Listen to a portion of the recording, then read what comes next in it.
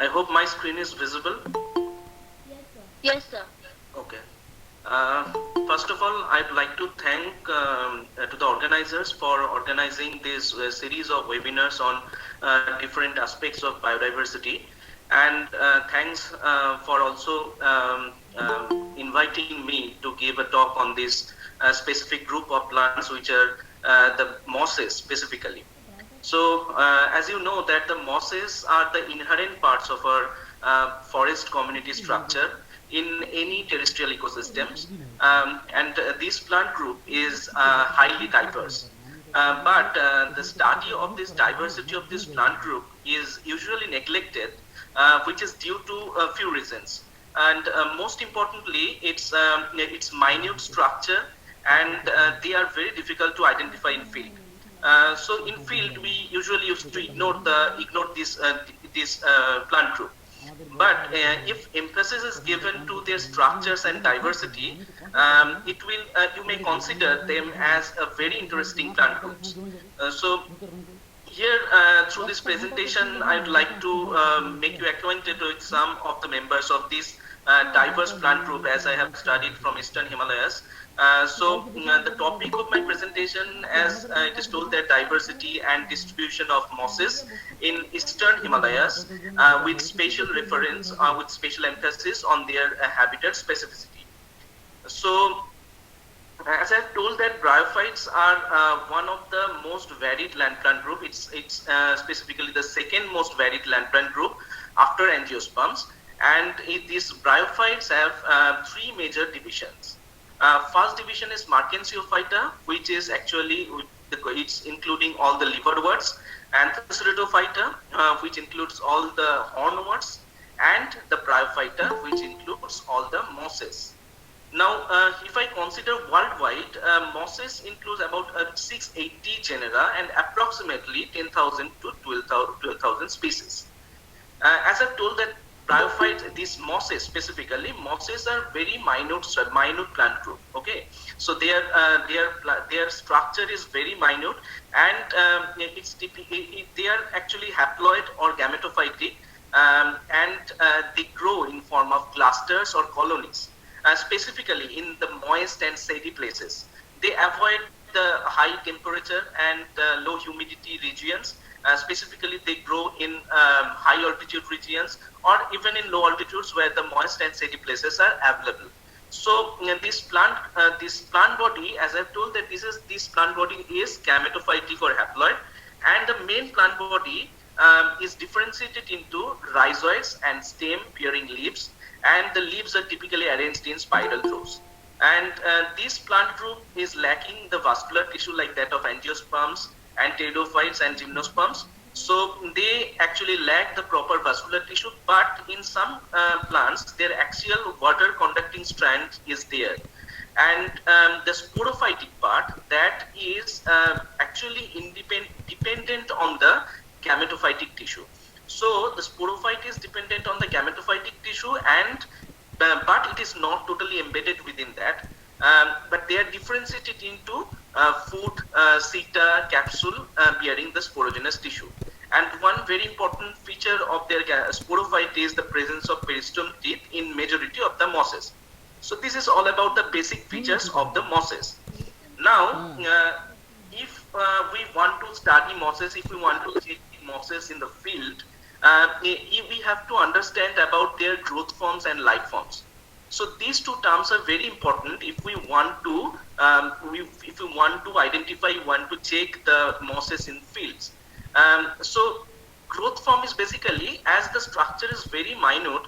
So when you will take one moss, an individual shoot, you will understand that this shoot, the morphological expression of that individual shoot, how they are being projected, that is the growth form of that moss. So growth form is the morphological expression of the individual shoot. Now, the mosses, I have told that these mosses grows in form of clusters or colonies.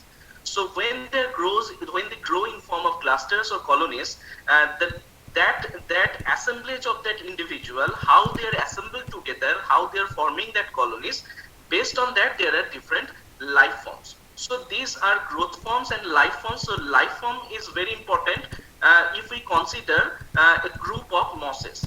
So basically, growth form is the cause and the life form is the effect. So growth form of the moss is actually determining how they will assemble together. Now, bryophyte life and growth forms are also reflecting their habitat conditions, particularly the availability of the moisture. Now, if we check the details of their growth forms, so basically there are three major types of growth forms of mosses. So one is Acrocarpus moss. Acrocarpus moss is basically their orthotrophic moss, which are erect and stand vertically, and their structure is very simple. That they have one single main shoot, or there may be some cases there may be branches, but the main branch is containing the female sex organ at the terminal portion. That's why you will find the sporophyte at the tip of the main branch.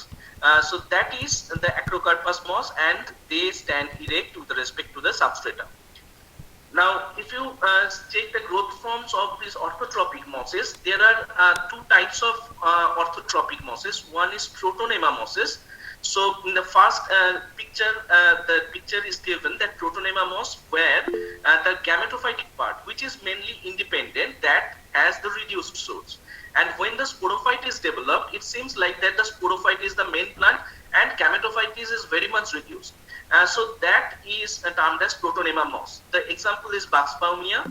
So this moss is actually the Protonema moss. And there is another one is Turf moss. So this is also one type of orthotrophic or Acrocarpus moss, where the shoots are upright, but even after the sporophyte formation, there is no stoppage of the new shoot formation. So new shoot will resume to grow even after sporophyte formation. So this second picture is of one Turf moss. Now,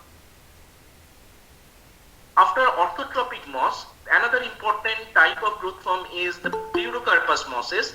So Pleurocarpus mosses are basically the mosses which has a profuse branching. There are many lateral branches. Even if you compare with the Acrocarpus one, there is not that much of branching, but here you can get a profuse branching pattern, and these female sex organs are developed on some highly differentiated short lateral branch, and that's why it seems like it is developed from the somewhere in between the primary branch, but it is actually developed from the highly differentiated short lateral branches.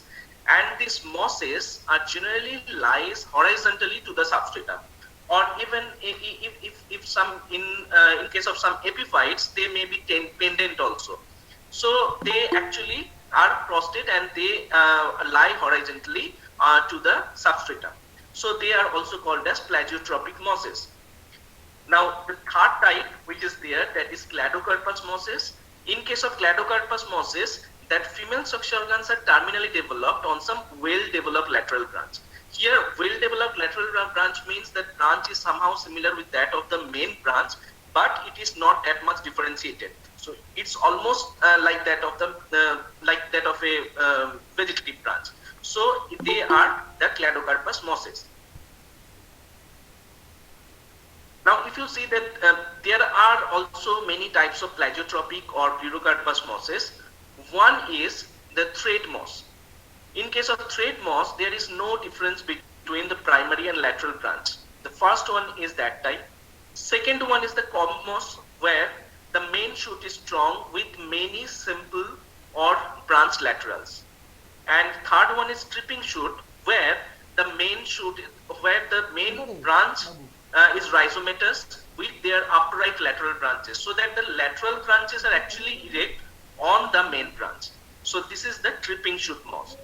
In most of the cases, these mosses are epiphytic, but there are also some mosses which grow on the rock surface. So I'll discuss that part later. Next, you can see that diversity of life forms.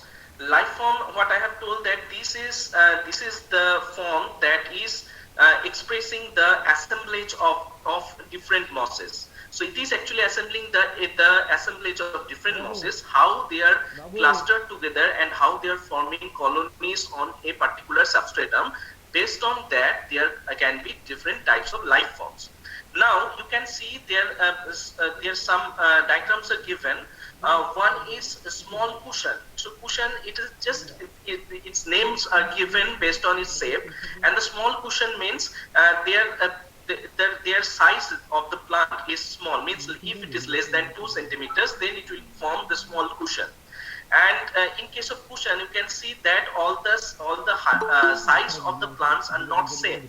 At the middle portion, size is higher, when at the peripheral regions, size of the plants are gradually smaller. That is why they are making small cushions. And if this cushion is formed with slightly larger plants, then it will be termed as large cushions. And similarly, torf is just assemblage of plant, assemblage of single shoots, and if their sizes are almost same, then it will be termed as turfs. So why I'm explaining this, because when you are studying the habit or when you will check the mosses in field, you have to check that thing. So how they are assembled together, you have to check that. So short turf means if their sizes are less than 2 centimeters, then it will be termed as short turf. Now, in comparison, tall turfs are actually the assemblage of the mosses having the same lengths, and they are more than the 2 centimeters. So these are tall turfs. Similarly, open turf means when there are is some amount of gaps in between the assembled mosses, that are termed as open turf. Similarly, there are whole branches, there are canopy formers, there are smooth mats. Smooth mat means it will form, there are loosely interwoven branches, but the branches will be present like that texture will be smooth. Similarly, thread-like mat, or there is another one, rough mat. So rough mat and thread-like mat means their texture is not that much smooth. So all these smooth mat or rough mats, these mats are actually formed due to this network of branches. And these mat formers are actually the Pleurocarpus mosses. Pleurocarpus mosses basically form the mats. Now, if you check these pictures of some mosses, these pictures are actually signifying how there is a life form. What is the life form? How they are assembled. The first one is the small cushion. Second one is actually the large cushion. So it is that cushion type. The third, this is the some part of this part is this short turf, and this is tall turf. The fourth one is tall turf. So these turf mosses are actually growing on the rock surface or the wall, and they are continuous. And this fifth one is actually rough mat. The sixth one is smooth mat. You can check the texture of you can predict the texture of the plant, total plant, if you see the picture. And the last one is actually pendant one. Pendant means they're hanging from the branches of the trees.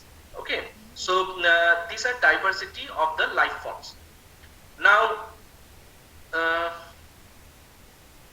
if I consider about the mosses of Eastern Himalayas, you know that Eastern Himalayas are counted as the crisis ecoregions, or it is one of the 200 global regions, and it is considered as the biodiversity hotspot.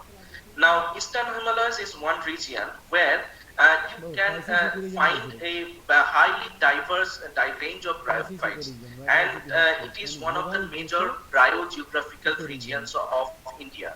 Why this much of diversification is there? Because this Himalayan range, you can find a range of forests in this region according to their altitudes. You can get tropical zone to subtropical zone to up to cool temperate regions and subalpine regions.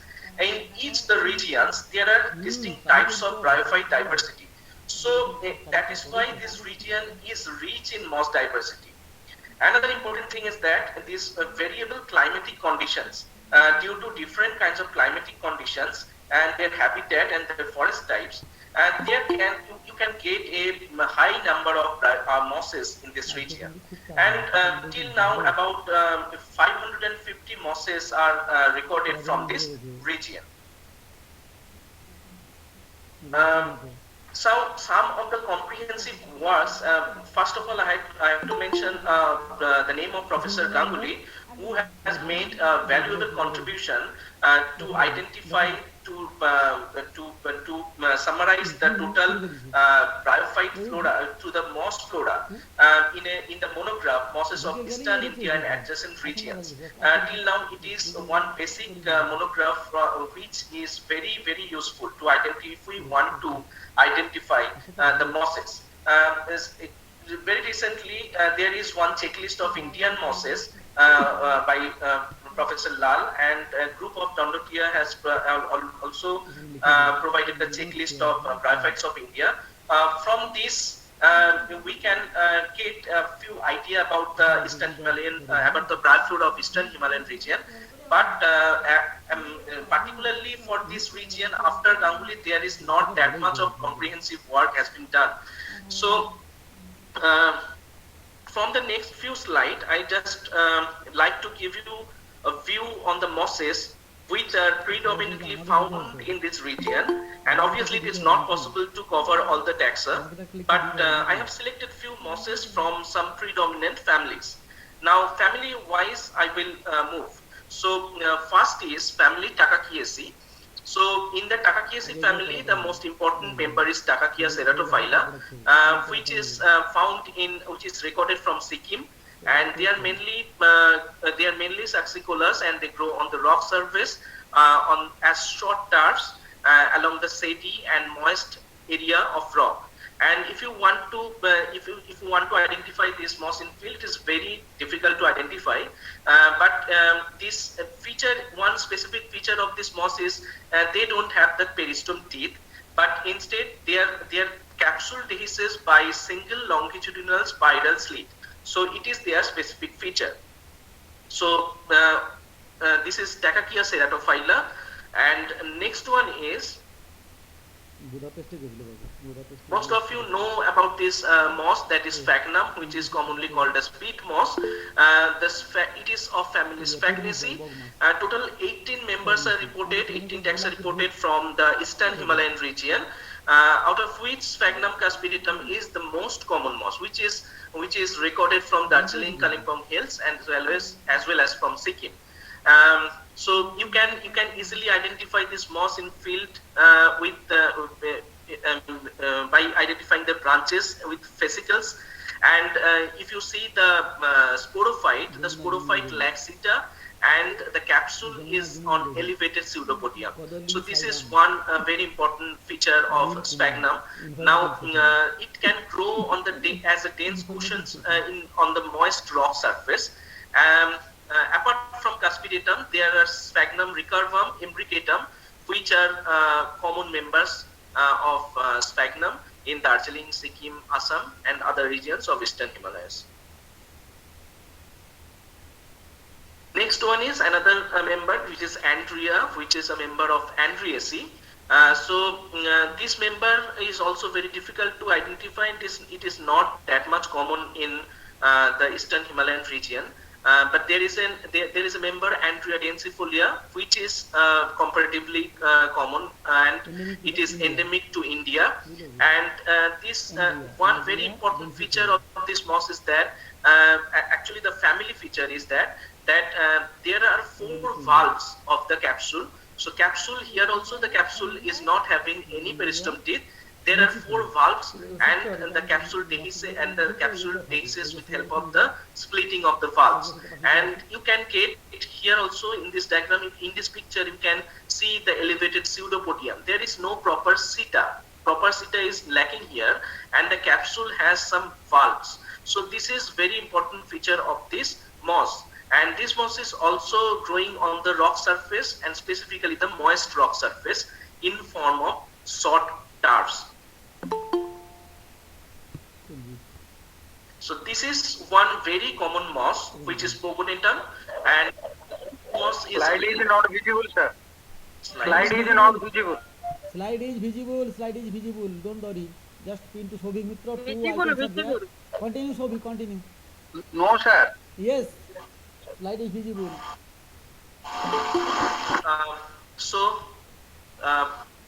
this is a member, Pogonatum is a very common member. It is a member of Polytrichaceae, and you can find this member in most of the parts of eastern Himalayas.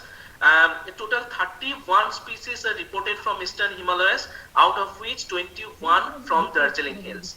Now, the most common member of Pogonatum is Pogonatum alloides, which is very common in Darjeeling, Kalimpong Hills, as well as in Sikkim, Assam, Manipur, and other parts of eastern Himalayas. And these Pogonatum alloides, all the members of Polytrichaceae has a common feature, that it has a nematodontous peristome teeth, which is the diagram is given here. And there are also this plant structure is very robust, and the leaves have the rough structure, and they are preferably sexicolous or terricolous, and they can grow in form of tall tufts along the sandy moist rock surface. If you want to check in the field Pogonatum or any species of Polytrichaceae, they mainly grow at the base of the tree, on the soil, at the base of the tree, or at the base of any wall or rock surface. So at the basal portion you can get these mosses. Apart from Pogonatum alloides, some other common taxa of the Pogonatum are Pogonatum himalayanum, Pogonatum arnigerum, Pogonatum fastigiatum, Pogonatum microstomum. These are also very much common. In Polytrichaceae, another common member is Atricum. So Atricum undulatum is actually very common in whole the eastern Himalayan region. Apart from undulatum, you can get Atricum longifolium, Atricum palladium in Darjeeling and Sikkim. And these are mainly terricolous. That means it can grow in form of tufts on soil, usually specifically at the tree bases. And you can take this moss. This moss is a capsule lid with long beak. So this is a specific feature of that moss, a long beak like capsulate. So this is a specific feature. Next, coming on to the another family, that is Furnariaceae, from where the class Bryopsida is starting. Before that, either the peristome was absent or the peristome was nematodontous, but from this portion you can get arthodontous peristome teeth. And Furnariaceae is a very common family. First genus it is common genus is Enthostodon. In Enthostodon wallichi is a very common genus. Very common taxa you can get in Darjeeling Hills, Kalimpong Hills, as well as Assam. So they actually, the gametophyte is not that much robust, but it is very small and reduced. So you can get the moss as open turf on the rock surfaces. So in this case, the calyptra is smooth and naked, and the peristome is diplolepidous and opposite. So this Funaria, I think all of you who have a knowledge about bryophytes, they know what is, they can identify Funaria. It is very common. So one of the most common member of Funaria is Funaria hygrometrica, which you can get in almost all parts of the eastern Himalayas. And they mainly grow as open tufts on exposed rock surface or exposed to walls, means exposed under sunlight. So the shady or moist rock surface is not required. And in this case also, the most important feature that the peristome is diplolepidous and opposite. So next one is another member of Furnariaceae, that is Piscometrium. Out of this Piscometrium, this is very minute moss, and they are also formed in form of open turf and on the rock surfaces. From the picture, you can predict how minute they are. They are not like that of Funaria. In case of Funaria, the sporophyte is slightly longer, but here the sporophyte is also very short. So, this Piscometrium indicum, this member is common in case of Darjeeling, and other members are also available, but not that in that much extent. Next, the family Grimiaceae. Under this, Grimia is the most common one. Now, if you see the moss, you can see that these mosses are also acrocarpous, but from here, Haplolipidus mosses are there. So, Haplolipidus means the peristome is arranged in a single row, and if you check the leaves a little different if they are wet, different in appearance, if they are wet and dry, and they are often terminated at hair point. You can check the picture, you can understand that leaves are actually terminating by a hair point, and they most of the cases they grow on the rock surface in form of small cushions, and they specifically grow on the exposed rock surface. So shady rock surface is not mandatory for that. And the most common member that is recorded from this Eastern Himalayan region, that is Crimea elongata, which is common in Sikkim and Assam, and Crimea trichophylla, which is common in Sikkim and Darjeeling Kalimpong hills. Another member of Cremaceae that can also be predicted from their as a Cremaceae member from their hair point leaves, and their appearances. They can also form as small cushions. They grow on the exposed rock surface, and the most common member which is reported from this Eastern Himalayan region is Rhacometrium crispum, which is also endemic in this Eastern Himalayan region. If you register, write the number, WhatsApp, Telegram group having link. Next, this is the picture of Trichometriaceae family, Trichometrium, that is not that much common, and if you can check that the leaves are curled when dry, and the calyptra is cuculate, and this is a common feature of this family, and they also are saxicolous. They grow on the rock surface, and they form small cushions on the exposed rock surface. The common member of this genus is Trichometrium indicum, which is also endemic in this Eastern Himalayan region. So this is one of the very huge genus that many members are there, that is Physidens. Physidens is a member of family Physidentaceae. Now you can see that the total 36 species have been recorded from Eastern Himalayas, out of which 17 from the Darjeeling Hills. If you see Physidens has some specific feature that leaves are distichous and complanate. So if you check the leaves are there seems like they are arranged in two rows, and one specific feature of this from this Physidentaceae, that peristome teeth is haplolipidus obviously, but the peristome teeth is divided. I'll show you that peristome teeth later, but it is divided in two halves. So this is one very important feature for Physidentaceae as well as the other members of Dicranales. Now, in case of Physidens, the most common member of Physidens is Physidens bryoides.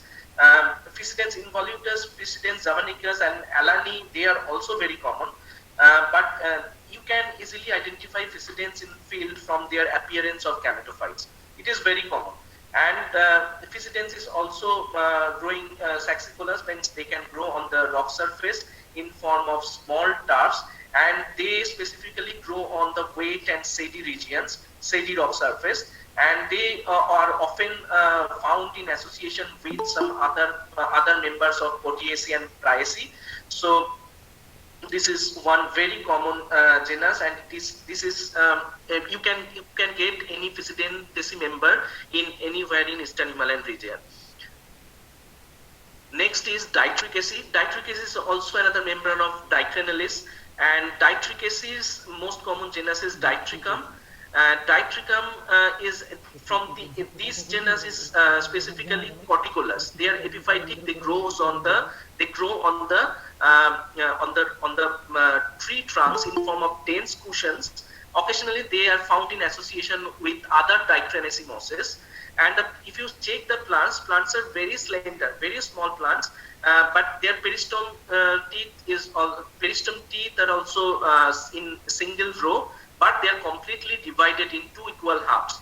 Now, within Ditrichum apophysetum, that genus is taxa is very common in Darjeeling Hills, Kalimpong Hills, but this is endemic in India.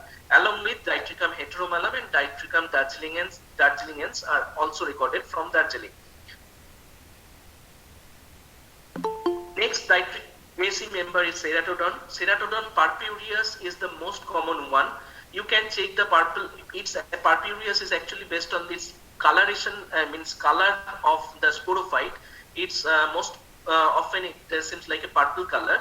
So it is very common in Eastern Himalayan region, and there also they can be can grow on rock surface also, as well as they can be epiphytic, and they form in form of dense small cushions.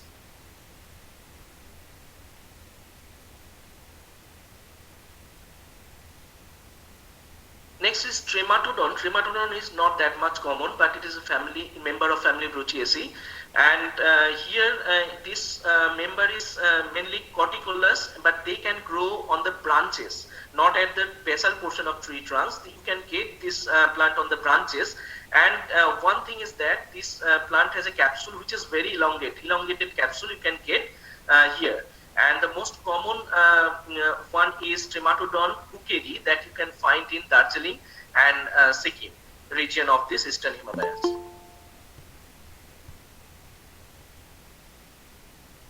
Next is Cimblepharis. Cimblepharis is a member of Rhabdoiaceae.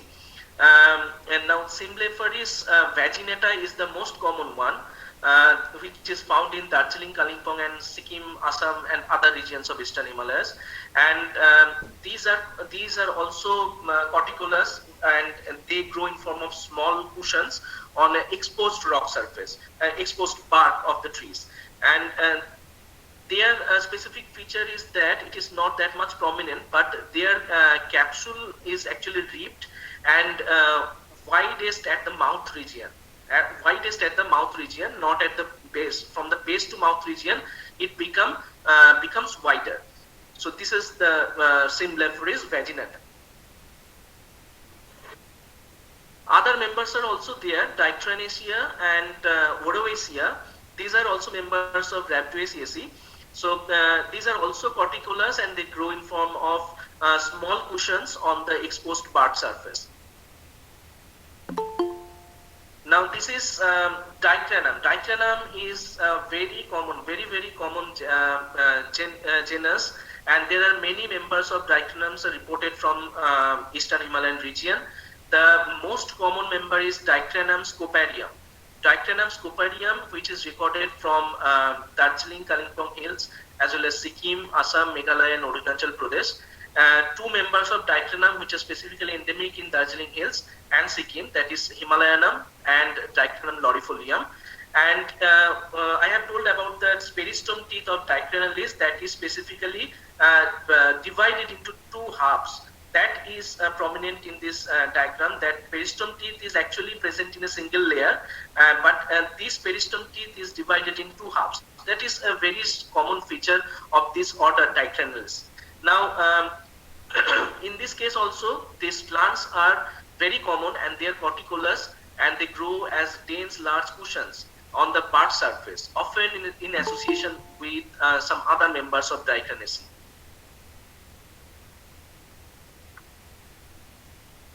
Now, another very common member is Dicranella.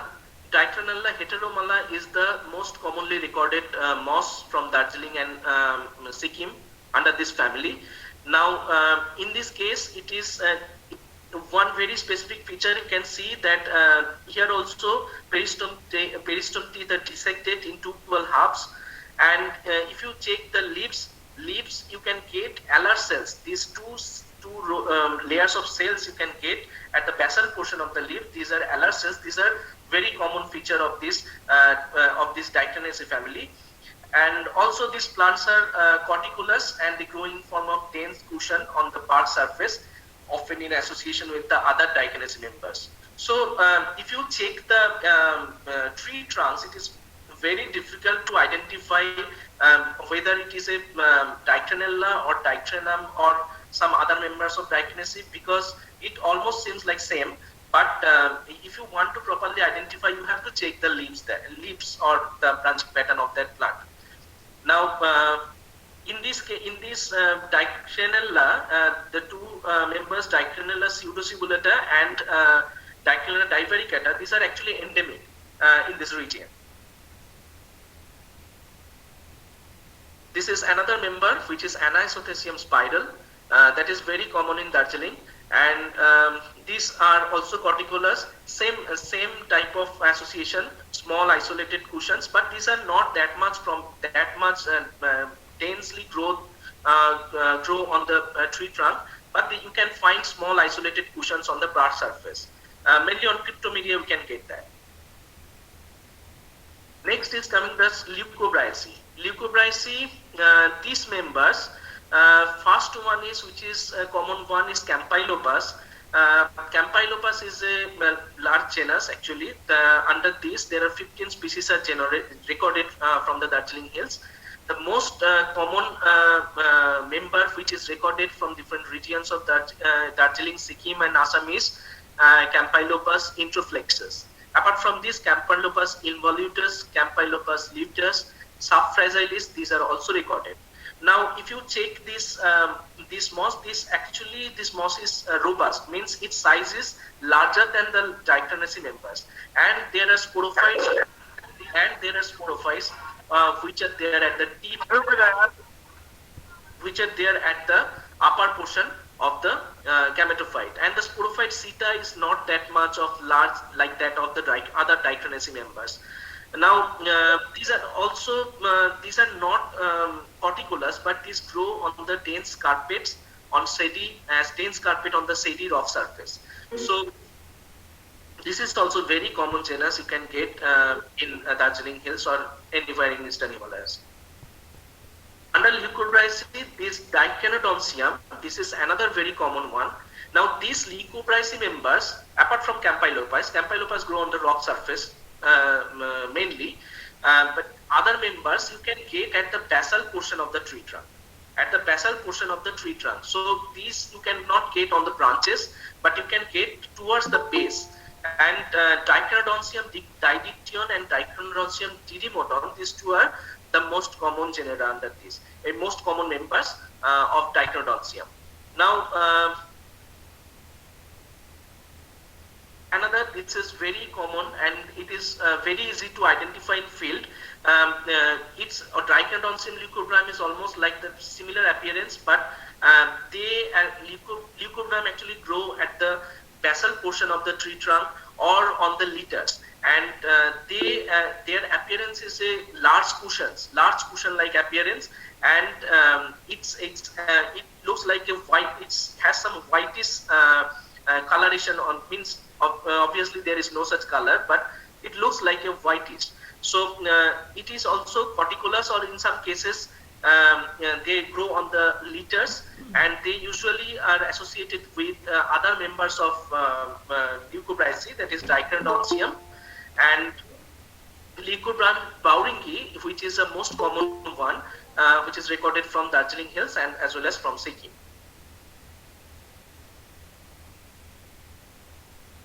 Now coming to the family Calymparaceae, here Octoblepharum is a very common member, and this is a low altitude moss, means not you cannot get this moss after tropical region. So this moss is very common also in lower plains, means in South Bengal also. So the most common member of this moss is Octoblepharum albidum, which has a huge range of distribution. You can get from Darjeeling, Kalimpong Hills, you can get Sikkim, you can get from Assam, Arunachal Pradesh, and they are basically corticolous, and they form medium to small isolated cushions on the exposed rock surface, exposed surface of tree trunk. And if you see the leaves, there are some specific feature that the peristome is haplolepidous, but the two peristomes are fused together to form, means they have totally 16 peristomes, but the two peristomes are fused together so that there are total 8 peristomes. It seems like there are 8 peristomes. And their leaves are lanceolate, and they have their leaf apex has an hyaline on.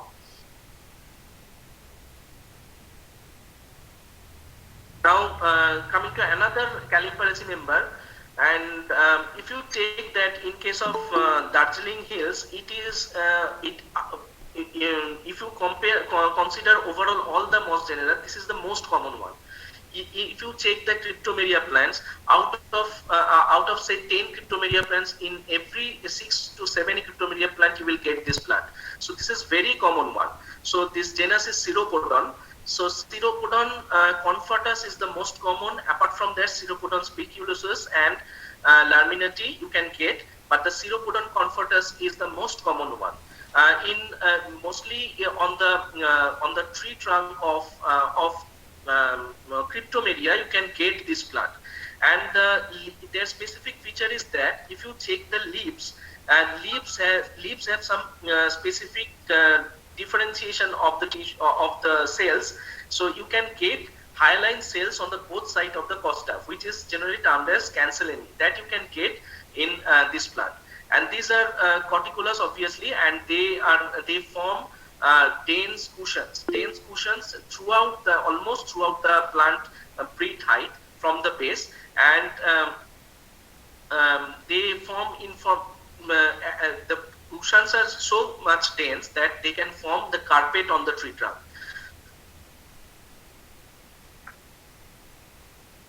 Next, coming to the Potiaceae members, Potiaceae is actually the family. Potiaceae is the most common family in Bryophyta. This family is the huge family, and within this family you can get maximum number of genera. And the most common one is Barbula. So Barbula is very common in South Bengal also, in Gangetic Plains also. And this moss has 13 members which are recorded from Eastern Himalayan region, out of which Barbula horricornis and Barbula indica are the most common one. So you can get these mosses on the wall, surface of the wall or the surface of the rock, and which are exposed. So these actually form dense carpets, which are usually present in association with Bryum argenteum or other members of Potiaceae like Hyophila, and they are specifically orthotropic or acrocarpous. Their leaves are lanceolate, and the peristome, their peristome feature is very specific. That peristome is actually papillose. Papillose means they are haplolepidous, but we will see in the next slide that peristome teeth are actually papillose, and they look like a hairy appearance. So they are segmented and papillose peristome teeth. So this is Barbula, and next one is Hyophila. This is also very common on the wall. If you check the walls, you can check this. You can get this plant. So within Hyophila, Hyophila involuta is the most common member in Eastern Himalayas. And apart from this, Hyophila mollifolia, Hyophila perenniulata are very common. But the Hyophila involuta is the most common. You can get this plant in all regions of Eastern Himalayas, and they are mostly. You can get this plant on the exposed wall. They mainly grow on the wall, or they can grow on the rock surface as dense carpets. And they are present often in association with Bryum argenteum. Apart from this, there is another member, Didymodon. Didymodon recurvus is the most common one. Its habit is also same. And another thing is that it is very difficult to identify in field. In field, it is very difficult to identify the Potiaceae members. You can say that this is a member of Potiaceae, but if you want to identify the genus, you have to check the leaves and other features. Now, another common one is Hydroconium consanguinum. Consanguinum is very common in Darjeeling Hills. You can get this plant in Darjeeling, Kalimpong Hills, as well as in Assam, Arunachal Pradesh, and Sikkim. Hydroconium dicoli is endemic in Darjeeling, and they also grow on the exposed rock surface or walls in form of small tubs. Similarly, Hymenostilum recurvirostrum is the most common one, and in contrast with the Hyophila and Barbula, these plants specifically grow on the moist wall or the moist rock surface. They can be found occasionally in association with Physidens.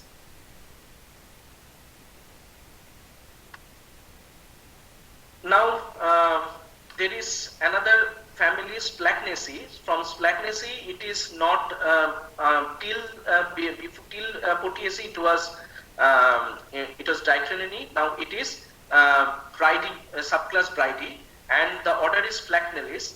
In Flacnacea, the most common member is Tayloria, and the Tayloria subglabra is the most common one, which is found in Darjeeling and as well as in Meghalaya. So this plant is specifically you can not see on the tree trunks or the rock surface, but mostly they can grow on the litters or on the soils. So these are present in form of small open tufts. They are very difficult to identify and feel. So their specific feature is that their endostome is fused to its exostome. So this is the common feature of this family. So they are Diplolepidus, but their endostome is fused to its exostome. Next is Bryaceae member. The first member is Anomobryum. Anomobryum filiforme is the common one, but this is not that much common in Darjeeling Hills. They can be either saxicolous or terricolous, but they grow on the exposed wall or exposed rock. And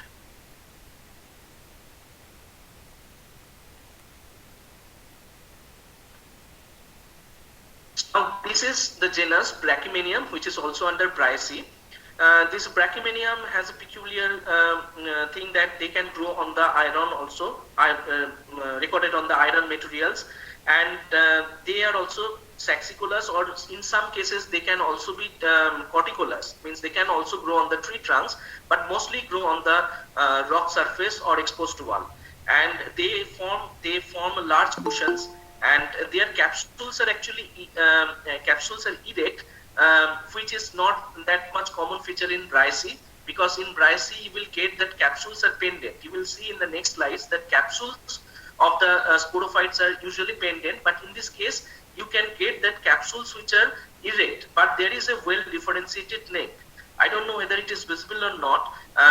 There is a very well differentiated neck below the capsule, and the most common member of Brachypedium is Brachypedium capitulatum, which you can get in Darjeeling, Kalimpong Hills as well as in Sikkim, and Brachypedium indicum, which has also same range of distribution. Now, in Bryaceae, the most common one is Bryum. Bryum is a very common genus. In Bryum, 26 taxa recorded from Eastern Himalayas, including 15 from Sikkim, 9 from Darjeeling, and there are also reports from Manipur. The most common member of Bryum is Bryum argenteum, which is recorded from Sikkim and Darjeeling, as well as Kalimpong, Assam, Meghalaya, and Manipur, and all over all regions of Eastern Himalayas.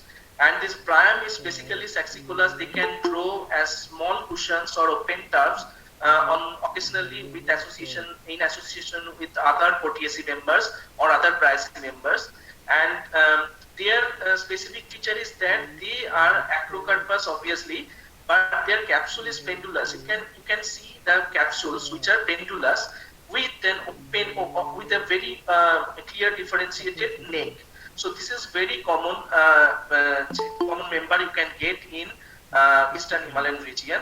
And apart from this, Bryum capillary is also very common. Bryum coronatum is also very common.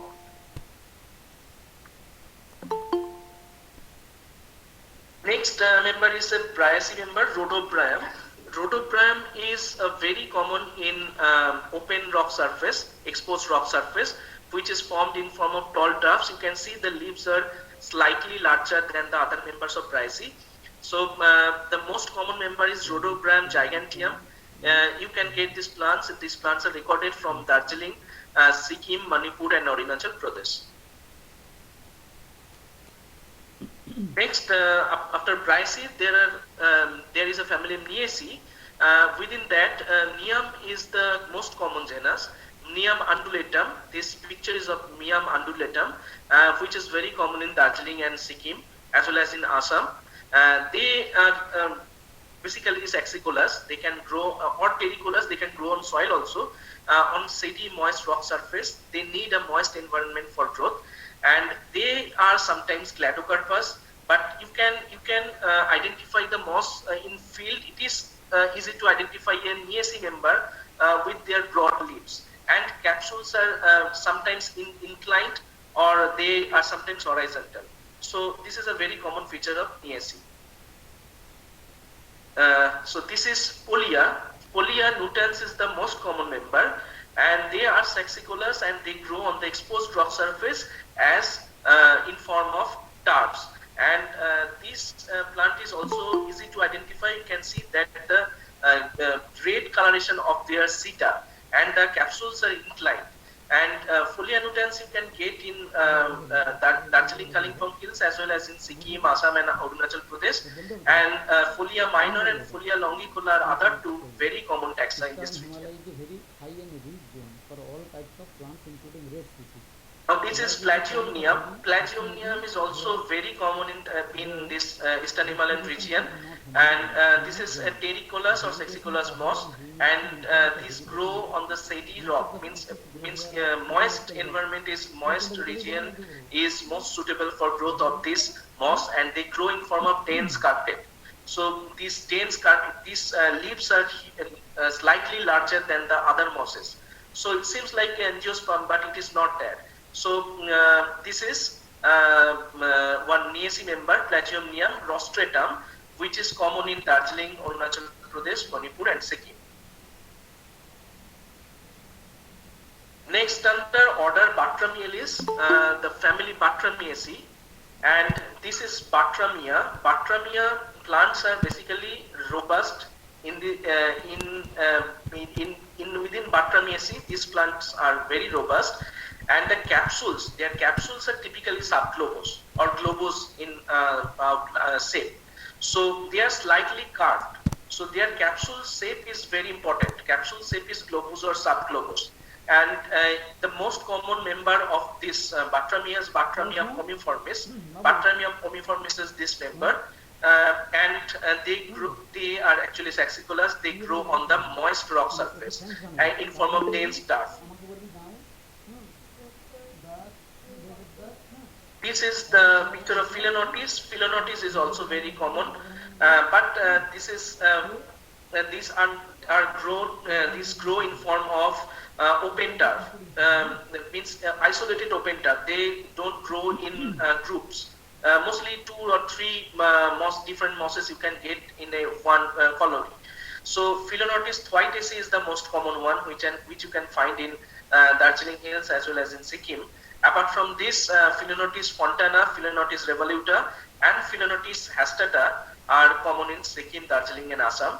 And the most important feature of this plant is that these plants are robust, obviously, but their capsules are subglobose, and you can see that ribbed capsule is typically ribbed. You can see in this picture also capsules are ribbed.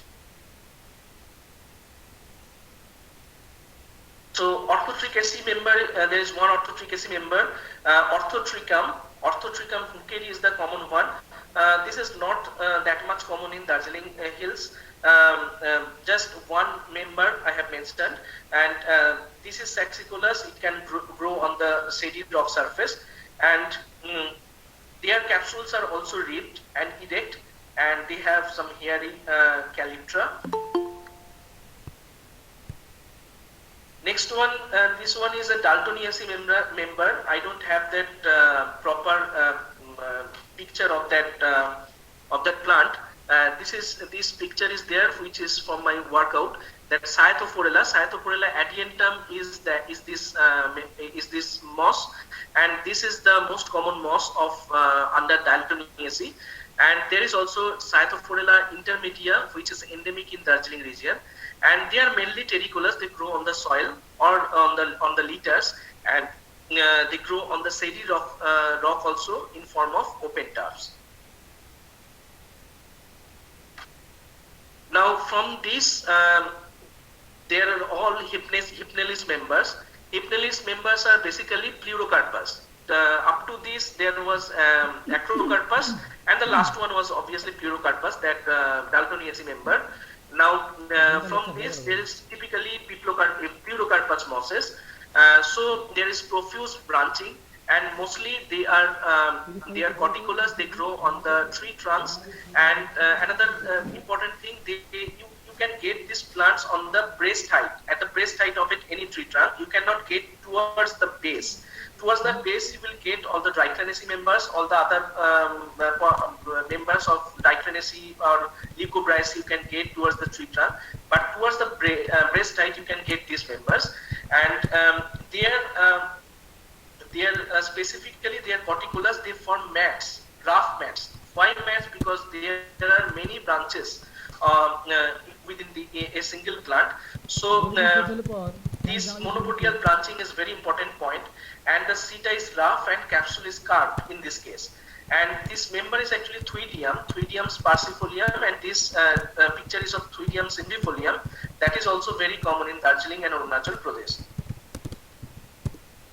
Next member is a Brachythiaceae member. You can see the picture, Brachythiaceae, and its capsule is slightly curved, and it has a calyptra which is very specific. You can see that.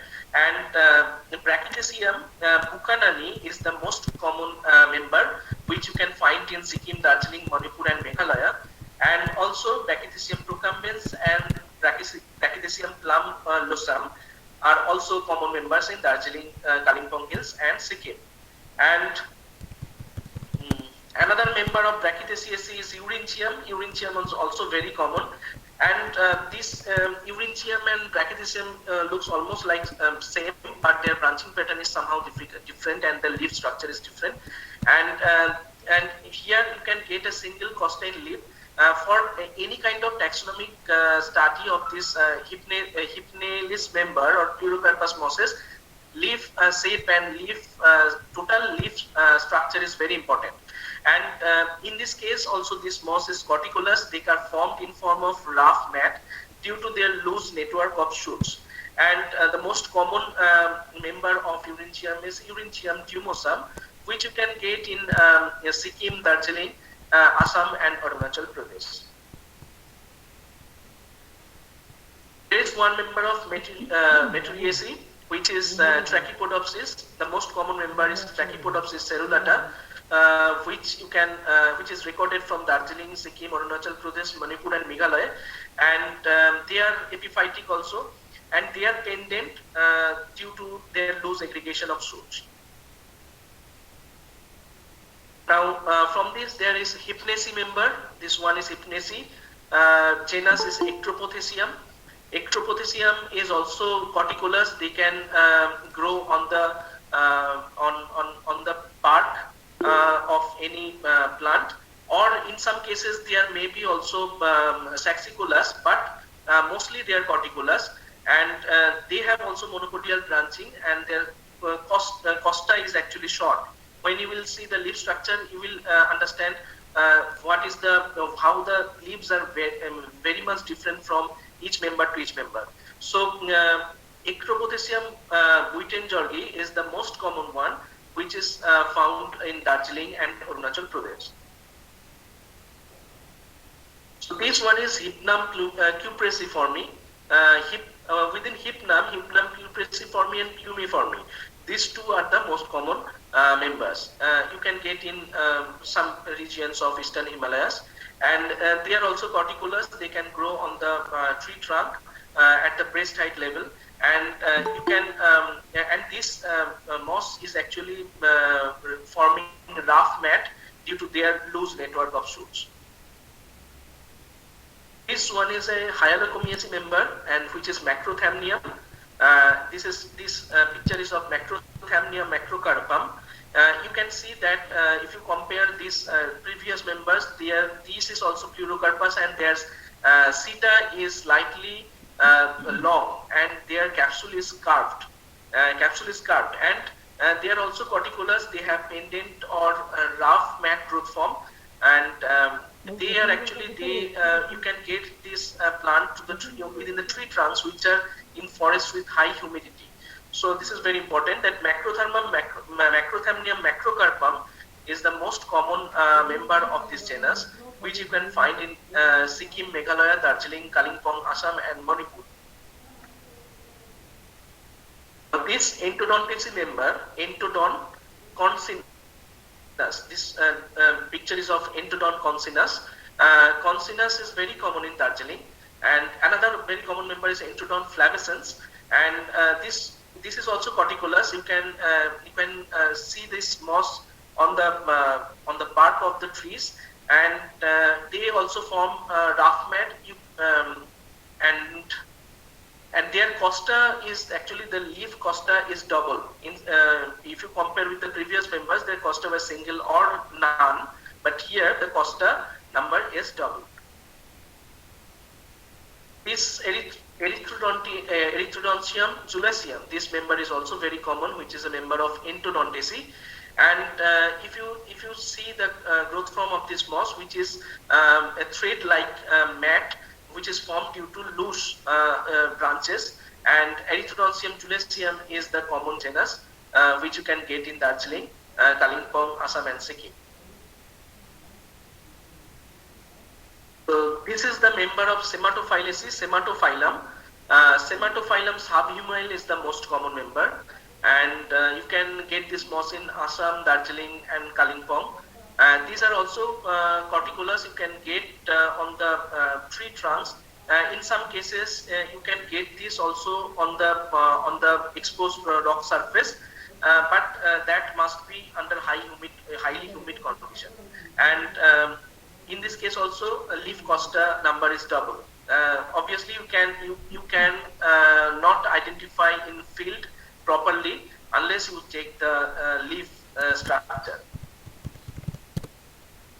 So this is Taxithelium. This picture is not that much prominent. Taxithelium nepalens is the most common one. This is corticolous member, which is forming a rough mat like that of other Pleurocarpus members. And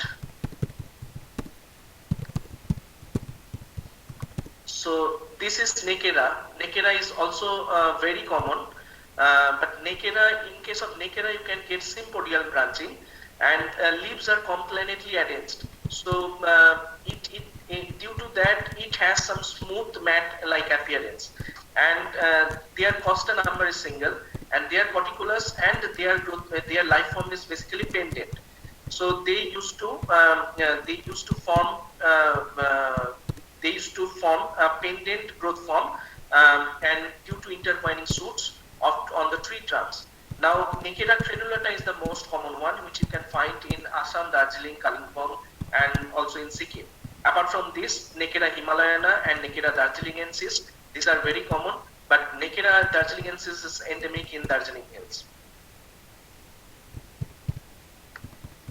So, these are the common members of the bryophyta that I have given. Obviously, there are many other mosses. It is not possible to include all the mosses. That is not possible. But I have given only the mosses which are very common in this region. Now, if you check the habitat preferences, either they can grow on the wall or the rock surface, or they can be epiphytic. But when they are growing on the wall or rock surface, they form a continuous carpet. So you cannot get that much of diversity if you check the wall or rock surface. But obviously there are exceptions. And if you check the tree trunks, there you can get high number of mosses. Their species diversity is huge, and you can get different kinds of zonations, different kinds of cushions if you check the tree trunks. In case of tree trunks, mostly the growth forms are cushion form or mat forms, and mostly the Dryctinaceae, Leucobraceae members and the Hypnalis members you can get on the tree trunks. Now, if you check the habitat space subdivision, because when you are considering this ecology of these mosses, so epiphytic moss ecology is very interesting. This is a study on the Cryptomeria plants. Now, if you check that plants, there you can get a high number of mosses. There is not a single moss. There are numbers of mosses in this plant. So there is a vertical and horizontal zonation. That is very important. Horizontal zonation means you can see that along the diameter, how they are deviating in their distribution. That is the horizontal zonation, and vertical zonation is along their height, how their diversity or distribution is varied. That is the vertical zonation. Now, horizontal zonation is basically that is due to the effect of exposure. You can see here horizontal zonation properly. There is no disturbance on this plant, but the mosses grow on the same side only, and the other side you cannot get any moss. So that is due to their exposure difference in the exposure. And in this case, habitat preference also can be constrained by the geographical location and climatic factors. Obviously, environmental factors and other climatic factors are very important. Now, if you see vertical zonation of the epiphytes, you will get a large, as I have told earlier, that large cushion forming mosses you can get towards the base, while the small creeping mosses, that is small pleurocarpus creeping mosses, you can get towards the upper side of the plant. There is this is due to the fluctuation of temperature, humidity, due to increase of wind force or light intensity along the height. Now, other factors are also important if you consider the vertical zonation of the epiphytes. There is a density of the surrounding vegetation. That is very important one. Environmental stability and the composition of the forest, elevation gradient, and basal circumference means the total circumference of the plant or the host plant, or its diameter, and their bark pH, whether they are acidic or basic. And if you find that that bark is acidic, in case of acidic bark, you will get much species diversity than that of the basic one or neutral one. And nutrient content is another very important. Means nutrient content of the bark is an important factor. And when I'm considering nutrient content, means there is also including different concentrations of ions, and other parameters are also included. And composition of exudates. If there is any kind of exudate coming out from the plant, and that is also considerable, and also runoff water. Now, this is a study on the Cryptomeria japonica. The study is based on total 60 plants from 12 sites. Each site, I have considered 5 plants from each site. Just the diversity or the distribution of the species diversity within a tree trunk up to breast height. Now, if you from the overall study, what I have seen that the most common member that you can find on Cryptomeria japonica, which is Ceropodon confortus, which is followed by Dicranella heteromala and Campylopus subfragilis. But you can see that Ceropodon confortus is the most common one, and this is also very predominant. Where you can find Ceropodon, there the species diversity is low. Now, these parameters are actually determining the habitat preference as well as how they will be associated, and species richness, species mean coverage, how much area each patch is covering, and the frequency of distribution means on how many plants they are occurring. So these parameters are important if we want to consider their habitat preference. Now, after the total statistical study, that final result is that their Ceropodon confortus and Entoodon flavescens, these two mosses actually grew on more than 20% of the total studied host plants. Now, the most important parameter that is important for their mean coverage and their distribution, that is the light intensity. So it was observed that the light intensity, Ceropodon mean coverage is negatively correlated with the light intensity, and the study was significant, as well as circumference of breast height and relative humidity.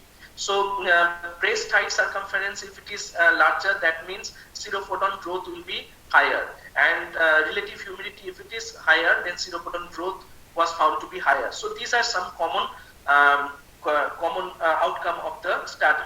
As well as in case of Entoudon flavescens, there also light intensity was the major factor. Means light intensity was found also in this case negatively correlated. Now there are also some habitat specific adaptations.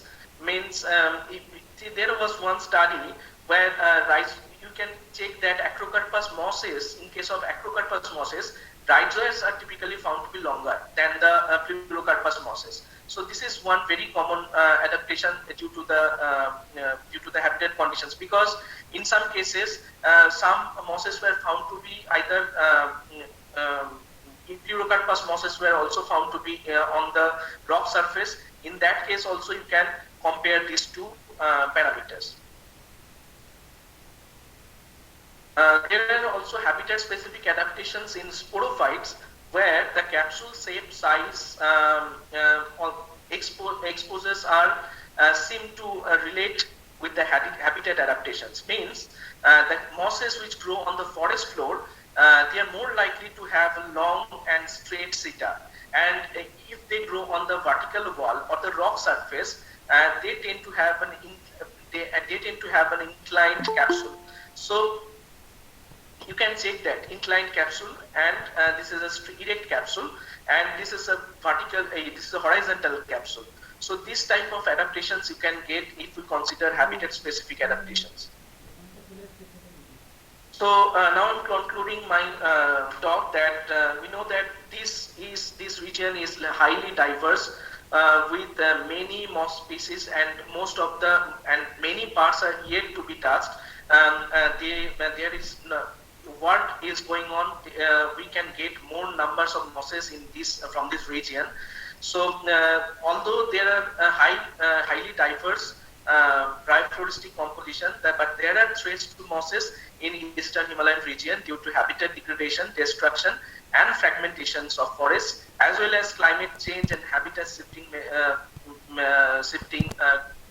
along the altitudinal gradients.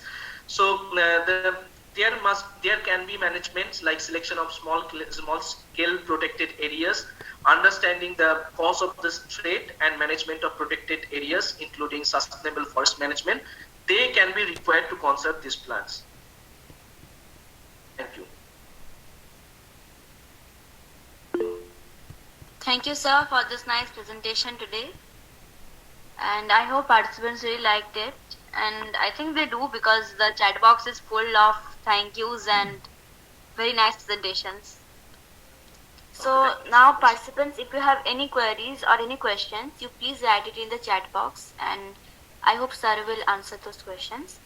And till then, I request Dr. Deobrata Das, head of our organizing committee, Flora and Fauna Asia, and head of the department of botany, Larga Government College, to give the thank you letter to sir for his presentation.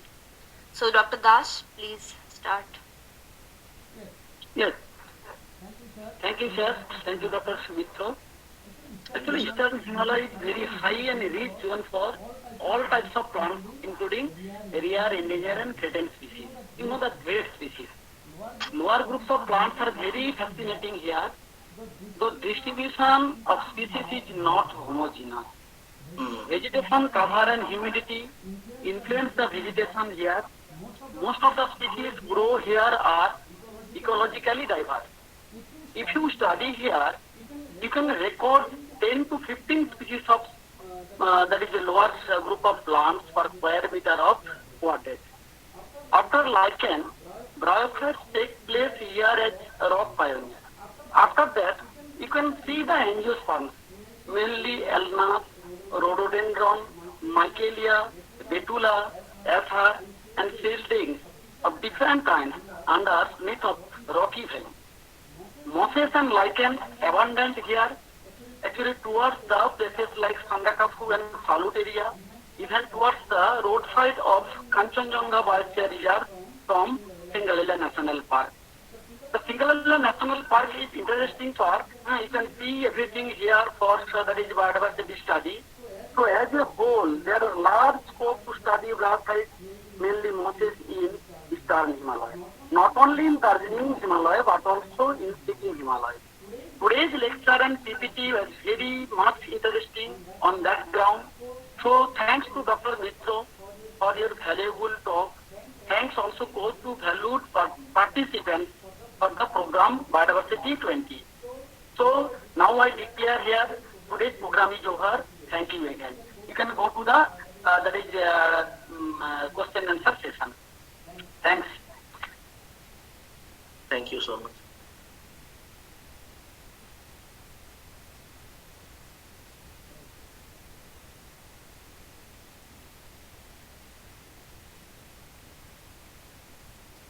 So thank you, Dr. Das, and of course, thank you to Dr. Shobik for this nice presentation.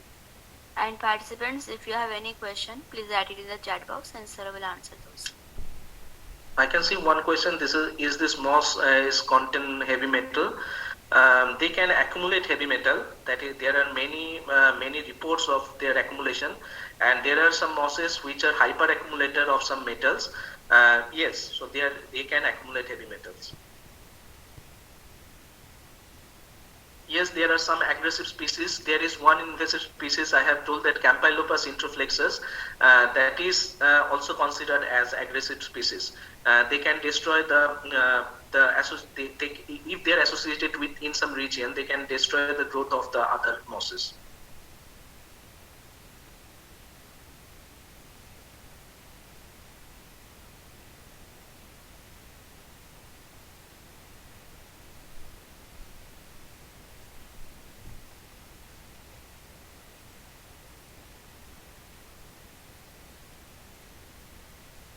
Dr. Mitra, you can say that is a few species which are actually very much threatened under Eastern Himalayan, particularly Darjeeling Himalaya. Can you say some species that is very critically threatened? Critically threatened. Critically threatened, one I know actually, that is Campylopodiella tenella, which is very threatened member. I have not actually, during my study, I have not found that member, but I have heard that this is critically threatened member. So participants, if you have any point of interest on actually cryptograms and others, mainly here of mosses, you can communicate with Dr. Mitro and you can study in Eastern Himalayan part from our Darjeeling point. Because Darjeeling Government College, particularly PG Department of Botany, is pioneer institute. And then the actually basic University of Calcutta, University of Calcutta, previously it was under the University of Calcutta, but now it is under the University of North Bengal. So if you have any interest, you can go to the Eastern Himalayan part to study more and more on biophytes, particularly mosses, and you can contact with us.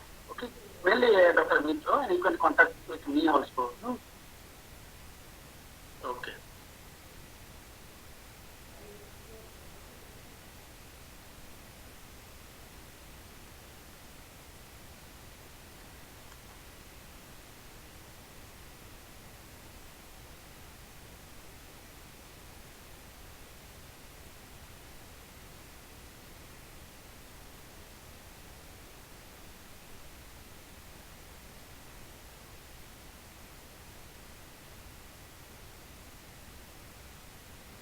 Sir, there is one more question in the chat box.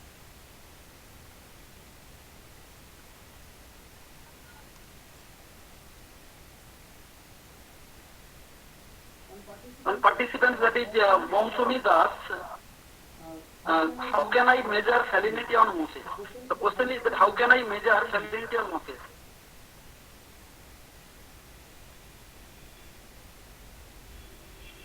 Sorry, sir. Sorry, my microphone was mute. So, like that of the other mode of measurement, you know that in some other plants also, electrical conductivity you can measure to using conductivity meter to know the salinity.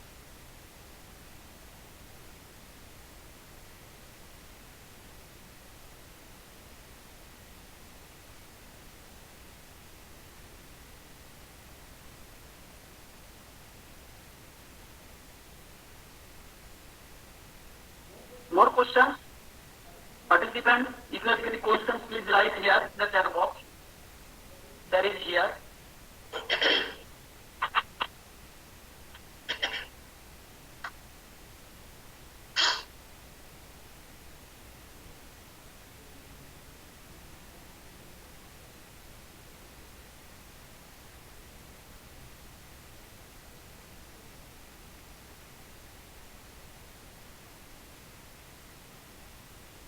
So till the questions are coming, I would like to say one announcement. Before starting this webinar, I said about a conference. So we are organizing a conference on 26th March till 28th March 2021.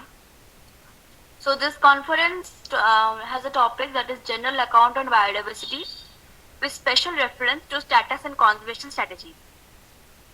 So the last date of registration is 31st January 2021.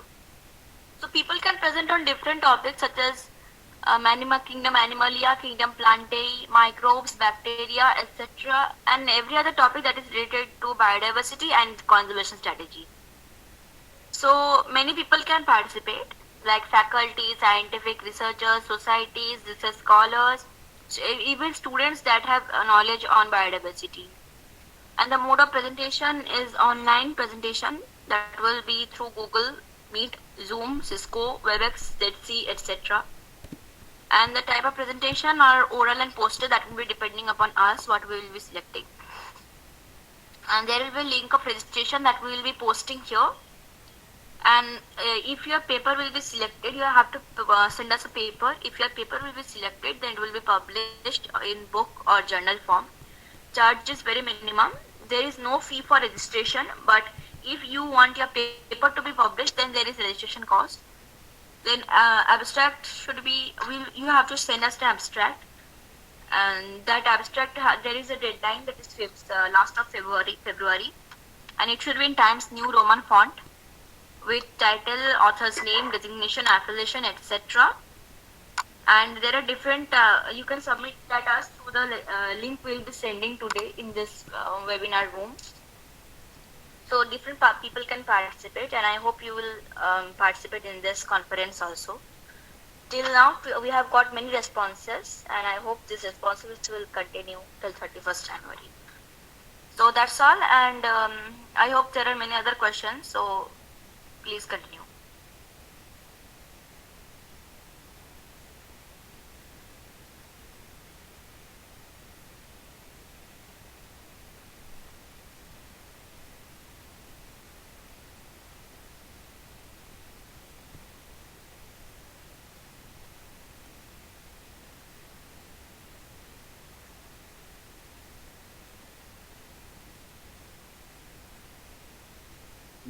That is National Conference on Biodiversity. 3 days in.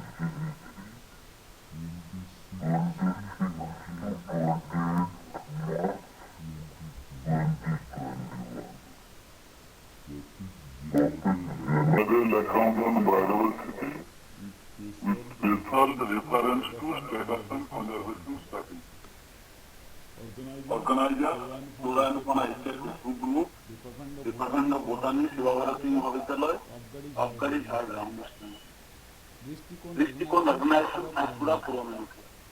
Important date, that is 26 March to 28, 3 days. Last date of registration 31st January 2021. Time is 10 p.m.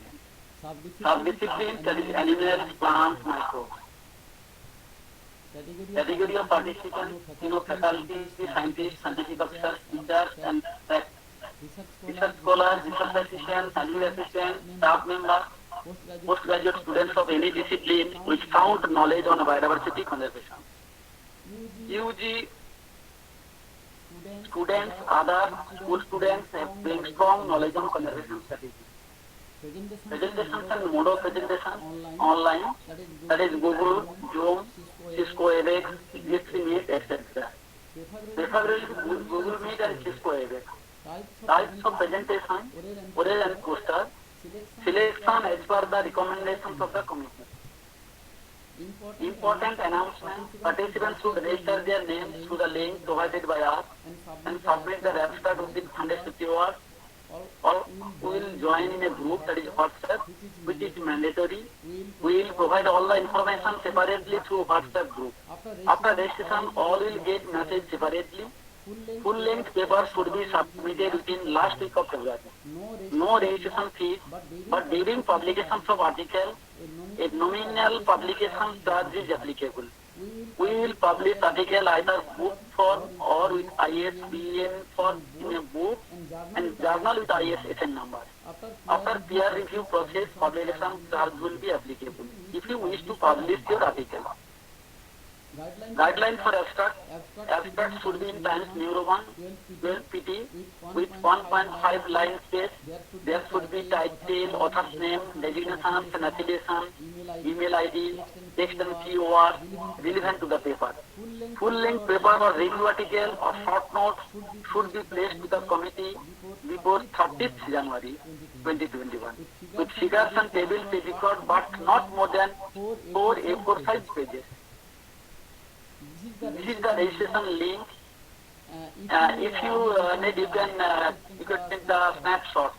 You can take the snapshot, or you can take it from the group, that is WhatsApp group or Telegram group, or you can telephonically communicate with us. Last date of registration, that is 31st January 2021. Time specified for full-length article presentation or paper presentation the last week of February 2021. To get information, more go to the WhatsApp or Telegram group of the biodiversity series. Thanks.